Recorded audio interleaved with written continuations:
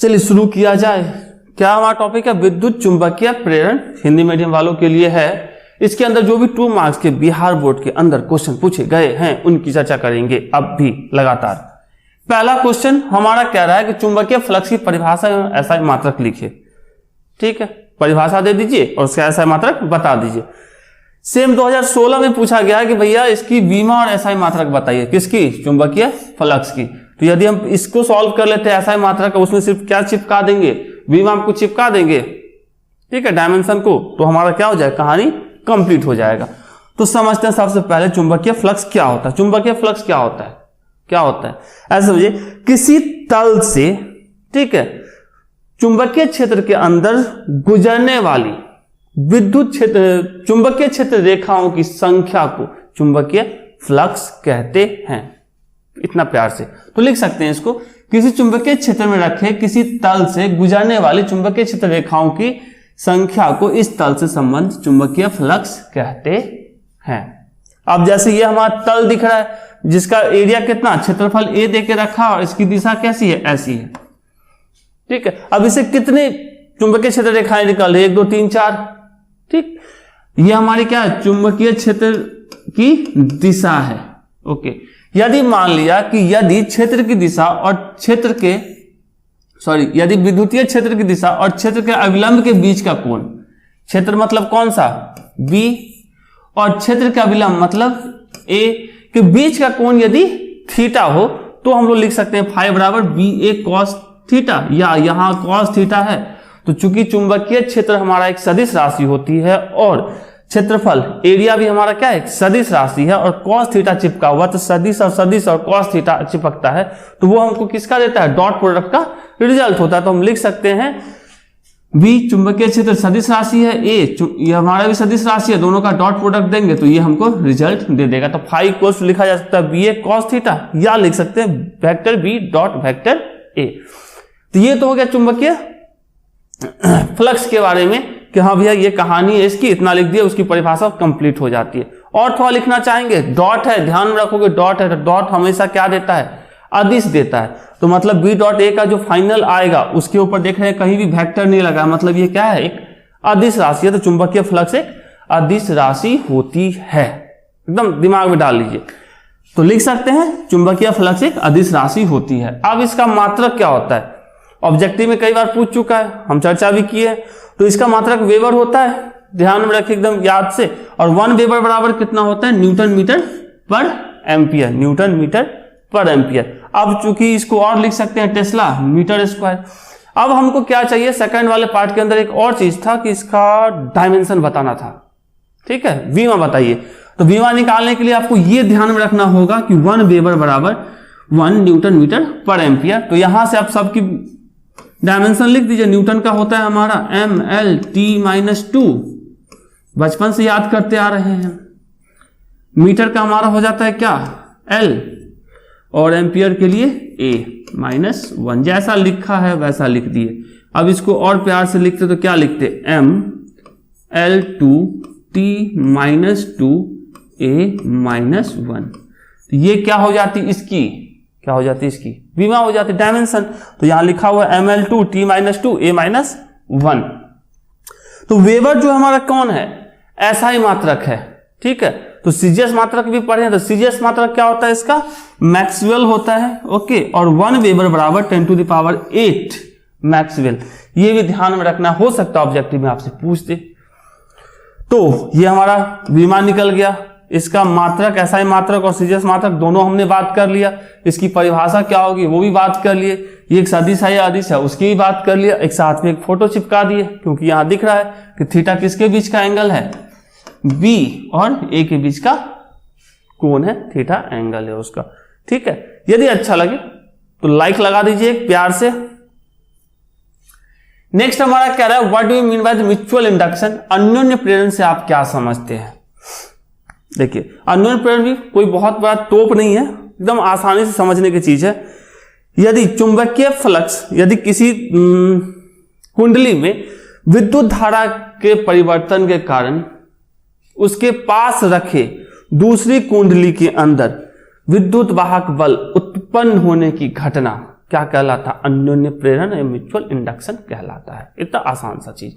तो इसको कह सकते हैं जब कुंडली या परिपथ में धारा परिवर्तन से इसके पास स्थित दूसरी कुंडली या परिपथ में प्रेरण होता है तो इस घटना को अन्योन्य प्रेरण कहते हैं।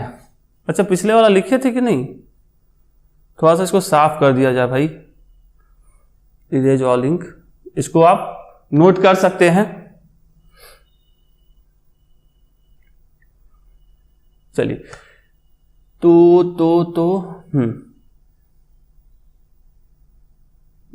इस घटना को क्या कहा जाता है? दुर्घटना जो घट गई कि भैया एक के अंदर विद्युत धारा में परिवर्तन आया, पास रखा दूसरा बहादुर था, वो भी चार्ज हो गया, मतलब उसमें प्रेरण के कारण विद्युत धारा उत्पन्न हो गई, उसको क्या बोलते हैं हम लोग? अन्योन्य प्रेरण कहते हैं। ठीक है, अब करंट जितना ज्यादा होगा, मतलब विद्युत धारा का मान जितना ज्यादा होगा, तो सामने वाले फाई की वैल्यू या चुंबकीय फ्लक्स भी कितना होगा? उससे उतना ही ज्यादा होगा। तो मतलब कह सकते हैं phi is directly proportional to I. विद्युत धारा के समानुपाती कौन होता है? चुंबकीय फ्लक्स। तो यहां प्रोपोर्शनल साइन इसको हटा के कांस्टेंट लगा दिए, phi equals to M into I. इसको क्या बोला जाता है? अन्योन्य प्रेरण गुणांक एम को बोलते हैं। ठीक है, चलिए अच्छी बात है। अब ईएमएफ इक्वल्स टू क्या होता है? पढ़े थे कभी, ईएमएफ इक्वल्स टू होता है minus D phi by D T. विद्युत वाहक बल बराबर minus D phi by D T. अब फाई की जगह पे किसको रखना है? एम आई को। यदि हम minus D phi by D T जानते हैं तो माइनस डी, इसको क्या रख दिए? एम आई रख दिए बाई डी टी। एम हमारा क्या है? कांस्टेंट है, बाहर आ जाएगा तो हमारा क्या हो जाएगा? Minus M D I by D T. ऐसे लिख सकते हैं, तो इसी को हमने लिख दिया minus M D I by D T. अब एसआई मात्रक किसका है? ये इस एम का एसआई मात्रक की बात हो रही है। ठीक है, अन्योन्य प्रेरण गुणांक के एसआई मात्रक की बात हो रही है। तो हेनरी किसका मात्रक होता है? अन्योन्य प्रेरण गुणांक का होता है या ठीक। तो ये हेनरी हमारा अन्योन्य प्रेरण गुणांक मतलब एम का एसआई मात्रक है, जो हेनरी बराबर होता है न्यूटन मीटर पर एम्पियर स्क्वायर के। अब इसका यदि हमको डायमेंशन लिखना है तो लिख सकते हैं, न्यूटन का क्या लिखेंगे? M L T minus two, M का वापस से एल और ए का ए रहने देते हैं, चाहे आप आई भी लिख सकते हैं। अब सबको जोड़ घटा गुना भाग कर देंगे, क्या मिलेगा? एम का एम मिली, एल का एल एल मतलब एल स्क्वायर मिल गया, टी यहां है टी माइनस टू, चलिए टी माइनस टू, और यहां से हमको ए माइनस वन है, ए माइनस वन है, ए सॉरी माइनस वन करें माइनस टू है, ये हो गया M L two T minus two A minus two, M L two T minus two A minus two. यहां वन लिखिए ना लिखिए चलेगा दोनों। अब बात आता है कि इसका उपयोग कहां किया जाता है। तो आप लोग ट्रांसफॉर्मर पढ़े होंगे, ट्रांसफॉर्मर में इसका उपयोग किया जाता है किसका? अन्योन्य प्रेरण का। तो कह सकते हैं ट्रांसफार्मर अन्योन्य प्रेरण के सिद्धांत पर कार्य करता है। यह भी ऑब्जेक्टिव में पूछा जाता है, तो ध्यान में रखेंगे ट्रांसफार्मर किसके सिद्धांत पर कार्य करता है? तो म्यूचुअल इंडक्शन या अन्योन्य प्रेरण। अब जैसे यहां फिगर जो दिख रहा है, थोड़ा समझने की चेष्टा करेंगे फिगर को। यह हमारे पास एक कुंडली है, थोड़ा सा कलरफुल किया जाए ना। हाँ, ये हमारा एक कुंडली है,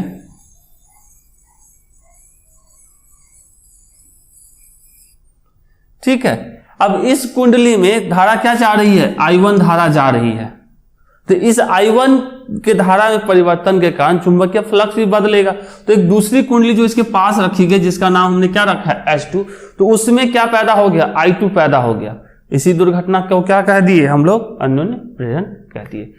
तो अब वो समझ में आया होगा। चलिए अब इसको थोड़ा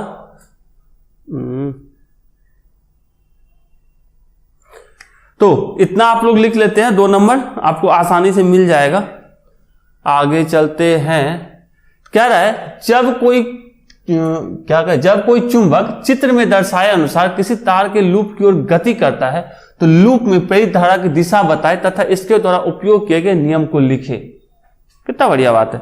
ये हमारा चुंबक दिख रहा है, ये चुंबक का साउथ पोल जो हमारा है वो इस कुंडली की तरफ आ रहा है, एस वाला कुंडली की तरफ आ रहा है, तो बोल रहा है कि इसमें क्या होगा, विद्युत धारा उत्पन्न होगी, तो उसकी दिशा क्या होगी, मतलब ऐसे ऐसे घूमी या ऐसे ऐसे घूमी, तो कैसे कैसे घूमेगा। चलिए समझते हैं, इससे पहले भी अब बाद में भी फिर से कभी आएगा तो चर्चा करेंगे। ये हमारे पास एक क्या है, क्वाइल है, ये हमारा चुंबक, इसका ये साउथ पोल, ये इसका नॉर्थ पोल, ठीक है। जो ही ये इसके पास आना चाहेगा तो लेंज के नियम के अनुसार क्या कहता है कि ये कुंडली जो है हमारा है, क्वाइल जो है, वो उस कारण का विरोध करेगी जिसके कारण ये पैदा हुई है। तो जो ही ये इसके पास आना चाहेगा तो ये कुंडली क्या चाहेगी, भैया तुम मेरे पास नहीं आओ, I am happy without you, okay. यदि आप मेरे पास चिपकोगे तो हम क्या हो जाएंगे, बिगड़ जाएंगे, तो इसलिए वो कहता भैया पास नहीं आइए। तो ये क्या करेगा, एक कुंडली एक छोटे चुंबक की तरह व्यवहार करेगा और कुछ ऐसा कार्यक्रम कर डालेगा, इस साइड से अपना साउथ बना लेगा, इस साइड से अपना नॉर्थ बना लेगा, साउथ पोल और नॉर्थ पोल बना लेगा, जिसके कारण जो ही ये इसके पास आना चाहेगा तो ये साउथ और साउथ क्या करेगा, एक दूसरे को विकर्षित करेंगे, प्रतिकर्षित करेंगे, मतलब आने नहीं देना चाहेगा, उस कारण का ही विरोध करने लगा जिसके कारण ये पैदा हुआ। अब जब साउथ ये बनाना शुरू कर देगा तो मतलब क्या होगा, ये इसको आने देना नहीं चाहता, विरोध कर रहा है। तो अब यदि साउथ के लिए याद होगा तो साउथ कैसे, एस से लिखते हैं, तो एस के लिए ऐसा ऐसा, मतलब इस क्वाइल में करंट की दिशा क्या होगी, कुछ गोल गोल ऐसे, और ऐसे कौन चलता है, घड़ी चलती है, ठीक। यदि यहां पे मान लीजिए तो हमारी कहानी होगी कि भैया यहां पे क्लॉकवाइज चलेगा, कह सकते हैं दक्षिणावर्त दिशा होगी इसकी, कौन से नियम के अनुसार, लेंज के नियम के अनुसार। यदि यहां मान लीजिए अभी ना आपको पूछ जाएगा भैया साउथ आ रहा है, मान लो नॉर्थ आ रहा होता तो क्या होता, तो इस साइड से क्या बनाता, नॉर्थ बनाता, और नॉर्थ के केस में हम एन को कैसे लिखते हैं, ऐसे लिख सकते हैं, मतलब धारा ऐसे उल्टी दिशा में चलेगी, तो मतलब एंटी क्लॉकवाइज चलेगी। तो फिलहाल अपना तो साउथ से काम चल गया, दक्षिणावर्त या क्लॉकवाइज डायरेक्शन में चलेगा। तो कह सकते हैं लेंज के नियम के अनुसार कुंडली में प्रेरित बल, विद्युत प्रेरित बल, प्रेरित क्या लिख रही है भाई, लेंज के नियम के अनुसार कुंडली में विद्युत प्रेरण बल प्रेरित होगा, ठीक है। चुंबक के पास लूप का दक्षिणी ध्रुव north pole, north pole, south pole, ठीक है, साउथ पोल बन जाता है, अतः लूप में धारा की दिशा दक्षिणावर्त होगी, ओके। तो यहां एस के जगह पे एन लिख लेंगे। अब ये लेंज का नियम क्या कहता है कि भैया जिस कारण से ईएमएफ जनरेट हुआ, विद्युत धारा उत्पन्न हुई, उसी कारण के ये विरोध करना शुरू करेगा, ये इनका नियम कहता है। तो कह सकते हैं इनके नियम के अनुसार विद्युत चुंबकीय प्रेरण की प्रत्येक अवस्था में प्रेरित धारा की दिशा इस प्रकार होती है कि वह उस कारण का विरोध करती है जिसके कारण वह स्वयं उत्पन्न हुई है। मतलब यदि ये चुंबक इसके पास नहीं आ रहा होता तो इस पे ना साउथ बनता ना नॉर्थ बनता, बिल्कुल नहीं। लेकिन इसके आने के कारण ही नहीं, बाबू साहब उसको धक्का दे रहे हैं, तुम्हारे पास कोई आएगा तभी ना तुम उसको गुस्सा भी करोगे, प्यार करोगे, कुछ भी करोगे। जब कोई है ही नहीं तुम्हारे साथ तो किससे गुस्सा किससे प्यार, अकेले कपाड़ फोड़ोगे, ठीक है। तो इतना आप लिख लेते हैं तो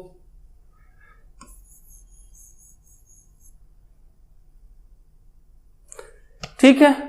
उम्मीद करते हैं थोड़ा थोड़ा सा समझ में आ रहा होगा। इसकी चर्चा हम फिर से करेंगे एक बार। चलिए नेक्स्ट हमारा क्वेश्चन क्या है, आप कैसे कह सकते हैं लेंज का नियम ऊर्जा संरक्षण के सिद्धांत का अनुपालन करता है। तो सबसे पहले आपको यह समझना पड़ेगा क्या कि ऊर्जा संरक्षण का सिद्धांत है क्या।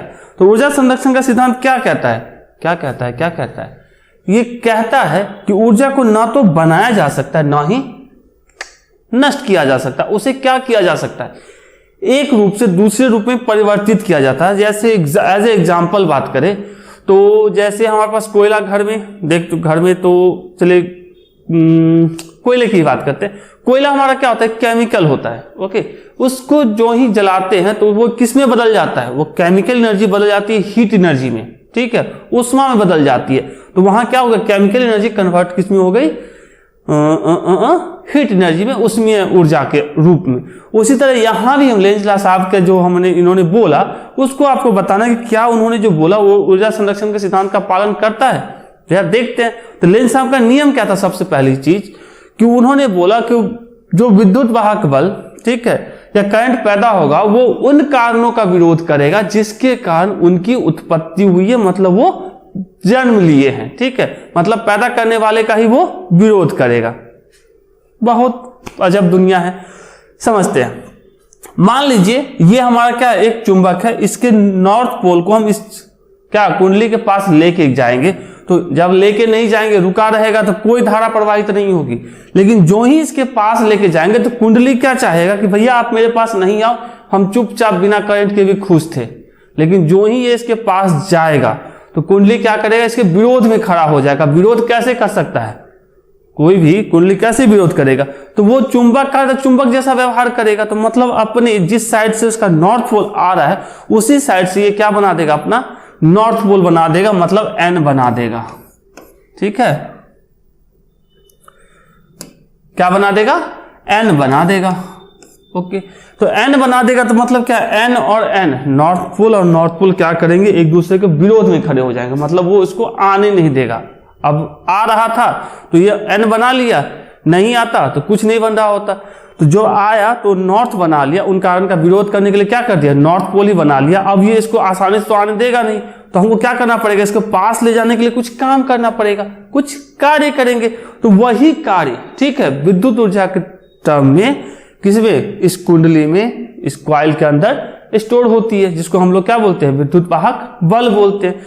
यदि ये पास गया, क्या है? पास आया तो ये कहानी हुई। लेकिन जो ही पास से दूर जाना चाहेगा तो क्या कहेगा कुंडली? भैया अब आ गए हो, हमको तुम अनबैलेंस कर दिए, अब आपको दूर नहीं जाना। तो जो ही ये दूर जाना चाहेगा, ओके, तो दूर जाना चाहेगा तो क्या होगा? ये कुंडली कहेगा भैया दूर नहीं जाना, तो ये कैसे उसको नहीं भेजेगा? मतलब उसके ऊपर फोर्स लगाएगा, तब खींचेगा। तो खींचेगा कैसे?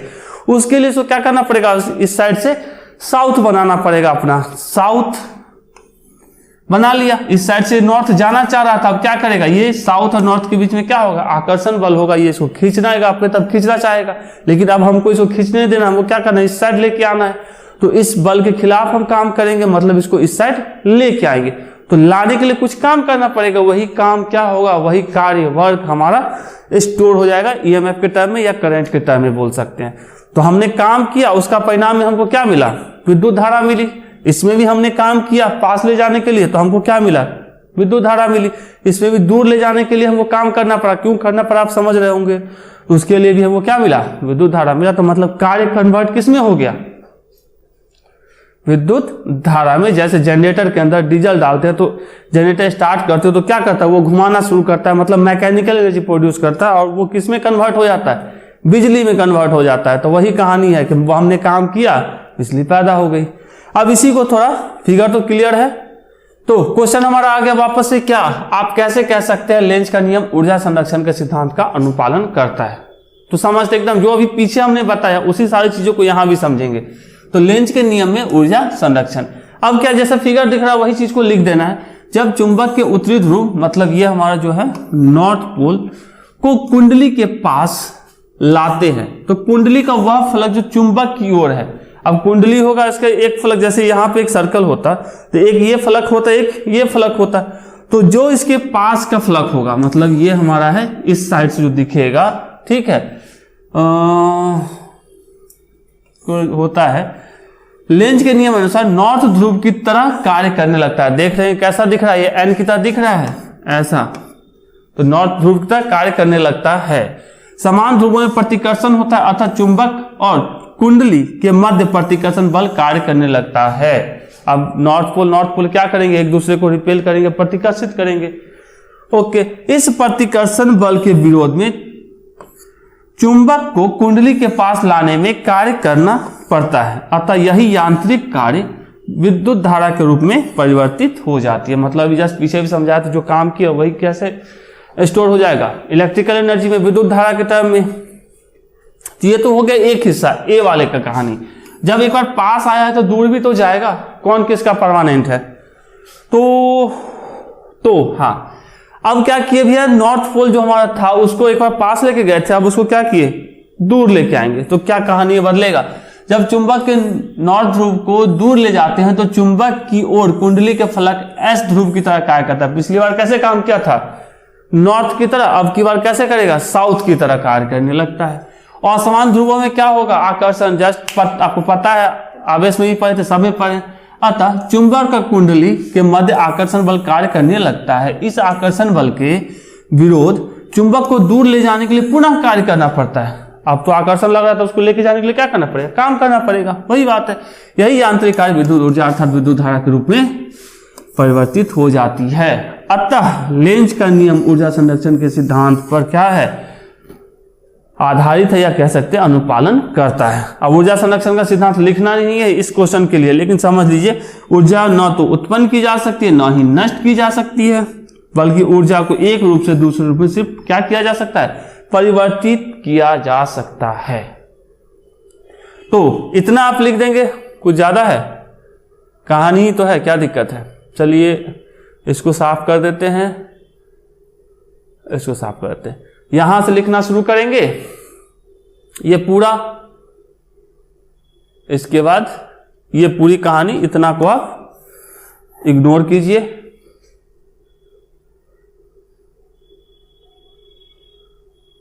चलिए अब कह रहा है इलेबोरेट, फैराडे के विद्युत चुंबकीय प्रेरण के नियम को लिखे।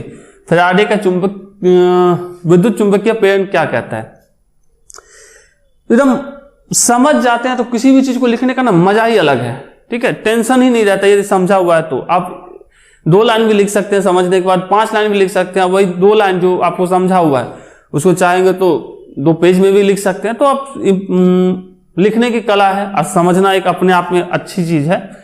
तो लेंज के नियम के फैराडे के विद्युत चुंबकीय प्रेरण के नियम के अनुसार यदि किसी चुंबक को, ठीक है, किसी चुंबक को किसी कॉइल के पास या लूप के पास या कुंडली के पास लाते हैं तो लाने और ले जाने के टाइम में, मतलब जब उस चुंबक के पास गति रहती है तो लाने ले जाने के टाइम में उसके गति के कारण इसमें क्या होता है, चुंबकीय फ्लक्स में परिवर्तन होता है। इस चुंबकीय फ्लक्स के कारण उसके ऊपर विद्युत वाहक बल उत्पन्न होता है, या कह सकते हैं करंट जनरेट होता है। तो कह सकते हैं जब किसी बंद परिपथ से संबद्ध चुंबकीय फ्लक्स में परिवर्तन होता है तो परिपथ में प्रेरित विद्युत वाहक बल उत्पन्न होता है, तथा इस प्रेरित विद्युत वाहक बल के कारण प्रेरित धारा उत्पन्न होती है। अब ईएमएफ जनरेट होगा तो स्वाभाविक करंट तो होगा ही, विद्युत धारा होगा ही, ठीक है। यही विद्युत वाहक बल तब तक रहता है जब तक चुंबकीय फ्लक्स में परिवर्तन होते रहता है। और चुंबकीय फ्लक्स में परिवर्तन कैसे होगा, जब ये या तो इसके पास आ रहा होगा या इससे दूर जा रहा होगा। मतलब ये समझिए, या चुंबक को लेके इधर से उधर घूमिए या कॉइल को लेके घूमिए। मान लीजिए ये हमारे पास क्या है, एक चुंबक है, चुंबकीय फ्लक्स ऐसा निकल रहा है, ठीक। यहां ये कॉइल है, जब यहां है तो कितने जा रही हैं, 1 2, लो एक और बढ़ा दिए और बढ़ा दिए और बढ़ा दिए, कितने 5 पास कर रही है। जो ही ये इसके पास जाएगा तो क्या कह सकते हैं, अब कितना जाना हो गया, 2 बढ़ गए, 3 5 3 8 हो गए। मतलब जब तक या तो इसके पास जा रहा होगा या इससे दूर आ रहा होगा तो उसके कारण क्या होगा, चुंबकीय फ्लक्स में परिवर्तन होगा। इसके कारण क्या होगा, उसमें प्रेरित विद्युत वाहक बल का प्रेरण होगा और उसके कारण प्रेरित विद्युत धारा उत्पन्न होगी। उम्मीद करते हैं थोड़ा समझ में आया होगा। इस कहानी को लिखेंगे प्रथम नियम के अंदर, ठीक है।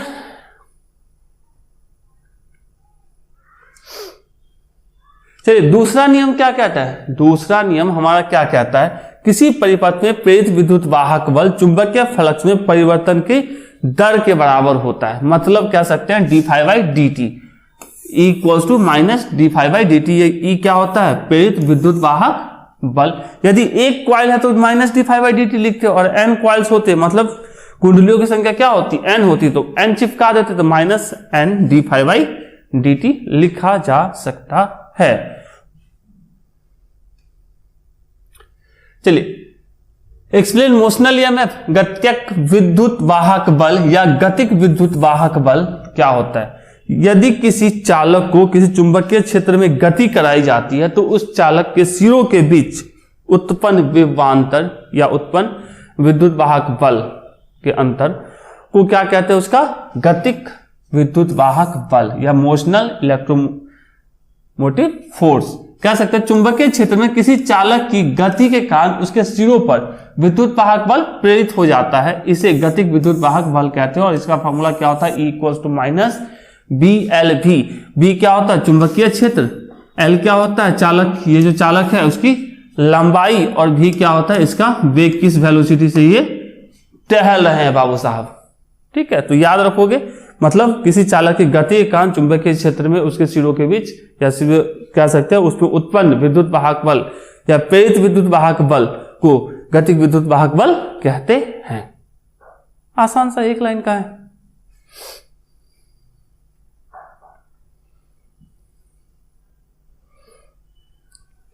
चलिए, क्या रहा है, right dimension of coefficient of induction. Coefficient of induction या प्रेरक गुणांक की बीमा क्या होगी। यहां पे कहीं भी ये नहीं बोला है कि आप स्वप्रेरण गुणांक बताइए या अन्योन्य प्रेरण गुणांक बताइए, लेकिन हमको पता है कि दोनों का बीमा और मात्रा क्या होता है, सेम होती है, और वो क्या होती है, वो होती है हमारी हेनरी। ठीक है, और 1 हेनरी बराबर, पीछे भी देखे 1 हेनरी बराबर 1 न्यूटन मीटर पर एम्पियर स्क्वायर। ये तो हो गई इसकी क्या चीज, मात्रक। लेकिन हमसे क्या पूछ रहा है, बीमा। तो यदि हमको मात्रक पता है तो बीमा निकालना कौन से बड़ी बात है। न्यूटन का हमारा क्या होता है, mL/t-2, इसका L और इसका A, ये हमारा हो जाएगा mL/2t-2 A-2। तो M1 या M लिखिए, mL/2t-2 A-2। तो यदि आपको किसी का मात्रक याद है, ये तो हमेशा याद रखो, एकदम इंपॉर्टेंट वाली चीज है, पूछा जाता है, और ये कितने न्यूटन मीटर पर एम्पियर के बराबर होता है, ये भी ध्यान में रखना है। तो उम्मीद करते हैं ये आप बना सकते हो। तो ये कहानी तो अपन जानते हैं, इसको बोलते हैं सेल्फ इंडक्टेंस या स्वप्रेरण गुणांक, और M को क्या बोलते हैं, अन्योन्य प्रेरण गुणांक। पता है, दोनों की बीमा सेम होती है, दोनों का मात्रक सेम होता है, सिर्फ ध्यान में रखना है। और जब आप नोट करोगे तो ये डायरेक्ट यहां लिखा हुआ है, आपको ये डायरेक्ट नहीं लिखना है, आपको ये कैसे आया है ये भी ध्यान में रखना है। ऐसे याद रखना अपने आप में टैलेंट है, लेकिन सब लोग जिनको याद नहीं रहता है उन लोग के लिए है कि एग्जाम में यदि पूछता है तो आप गलती ना हो।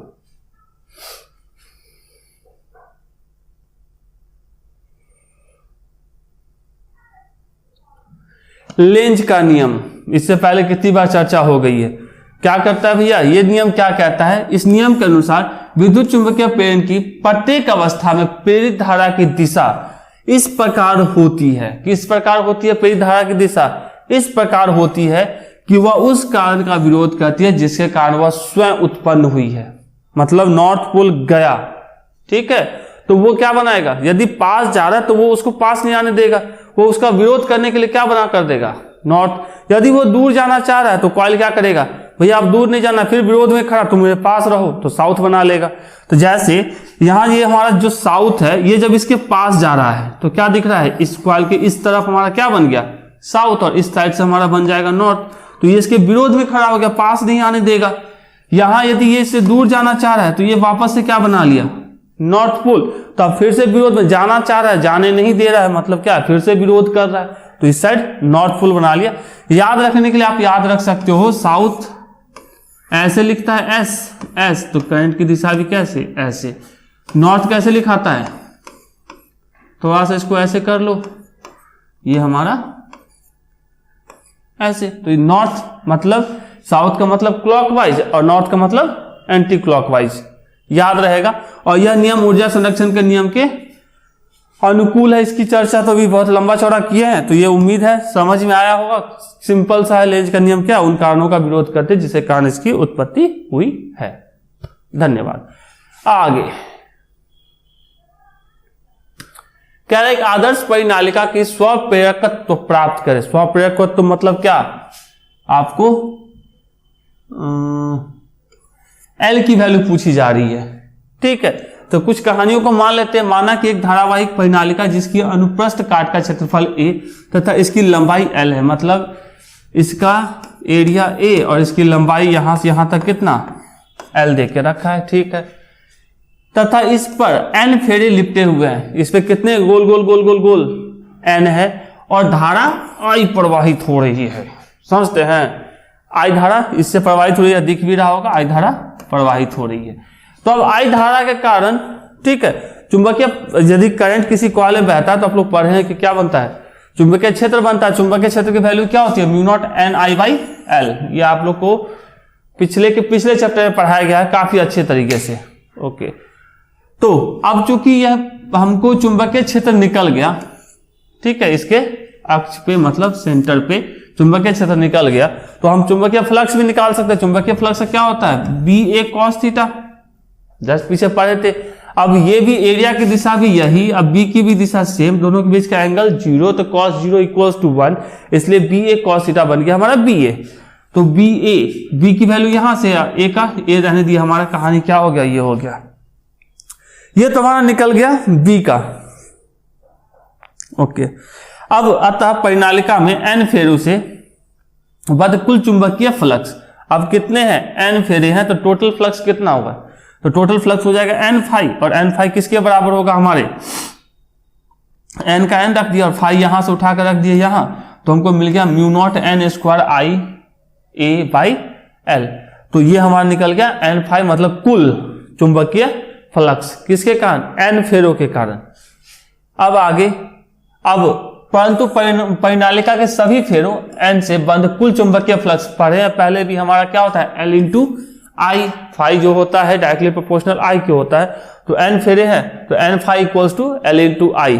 तो यहां से इक्वेशन 1 हमारा ये एन फाई और ये हमारा एल आई, एन फाई और एल आई को इक्वल किए तो हमारा ये आ गया, यहां से एल को एक तरफ कर लिए तो क्या लिख सकते हैं हम, आई से आई साफ, तो mu not an square A by L.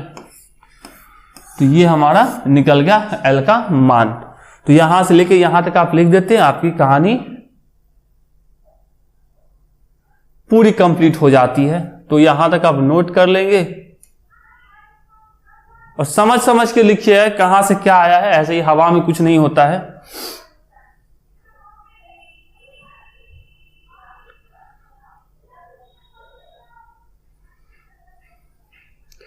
चलिए नेक्स्ट हमारा है भंवर धारा से आप क्या समझते हैं। तो भंवर धारा सिंपल सा होता है, भंवर जैसा होता है समुद्र में हाँ कहीं कहीं देखते हुएगा भंवर ऐसे ऐसे गोल गोल गोल गोल गोल गोल, मूवी वगैरह में देखे हुएगा, तो वहां भंवर जैसा बनता है। वैसा ही जब करंट किसी सॉलिड के ऊपर ऐसे गोल गोल गोल गोल बनना शुरू होता है, किसके कारण, चुंबकीय फ्लक्स में परिवर्तन के कारण, तो उस धारा को क्या कहते हैं, भंवर धारा कहते हैं। कह सकते हैं किसी धातु के टुकड़े में चुंबकीय फ्लक्स में परिवर्तन होने पर धातु में प्रेरित धारा ऐसे उत्पन्न होती है जैसे पानी में भंवर उत्पन्न होता है। वाह वाह वाह। अतः इस धाराओं को भंवर धाराएं कहते हैं। ठीक, यह उस कारण का विरोध करती है जिसके कारण से यह स्वयं उत्पन्न होता है, और यह किसका विरोध करती है, जिसके कारण मतलब वापस से कौन सा, फाई, चुंबकीय फ्लक्स के परिवर्तन के कारण वो ये भी पैदा हुआ है, तो ये भी हमारा क्या करेगा, उसी कारण का विरोध करते हैं जिसके कारण यह स्वयं उत्पन्न होती है। तो भंवर धारा मतलब सिंपल सा है कि कह सकते हैं धातु के टुकड़े में चुंबकीय फ्लक्स में परिवर्तन से धातु में प्रेरित धारा को क्या कहते हैं हम लोग, भंवर धारा कहते हैं। और जैसा जैसे कैसा पानी में जैसे भंवर उत्पन्न होता है वैसा ही कहानी होता है। अब इसका थोड़ा सा नॉलेज बढ़ाने के लिए भंवर धारा का उपयोग कहाँ किया जाता है, विद्युत शक्ति मीटर। आज के डेट में नहीं, विद्युत शक्ति मीटर मतलब एनर्जी मीटर। तो ये पहले जो डिस्क वाला शायद आप लोगों में से कोई देखे होंगे, जो डिस्क रहता था एनर्जी मीटर में, जो आपका बताता है कितना यूनिट आप खर्चा किया महीने का, उसके अंदर तो वो डिस्क हुआ करता था, उसमें उपयोग किया जाता था। तो एनर्जी मीटर या विद्युत शक्ति मीटर के अंदर रेलगाड़ियों में यूज किया जाता है चुंबकीय ब्रेक लगाने में, चक्का को रोकने के लिए। और कह सकते हैं प्रेरण भट्टी मतलब उष्मा के लिए, आग लगाने के लिए। भट्टी का मतलब वही होता है ना, ईंट भट्टी तो आप देखे ही है, उसी तरह क्या होता है, प्रेरण भट्टी होती है। तो चलिए 10 क्वेश्चन आज तक पूछे गए हैं आपसे बिहार बोर्ड में 2 मार्क्स के, और ये फिगर यदि बना लोगे तो बहुत खुशी की बात है। यदि हमारा काम अच्छा लगता है आपको तो अपने दोस्तों के साथ शेयर कीजिए, और लाइक और कमेंट तो पक्का वाला कीजिए। मजा आता है जब आप कुछ पूछते हो या कुछ बताते हो, अच्छी लगता है, मतलब मोटिवेशन मिलता है, क्योंकि आपके सपोर्ट से हम ये काम कर पाते हैं। Thank you.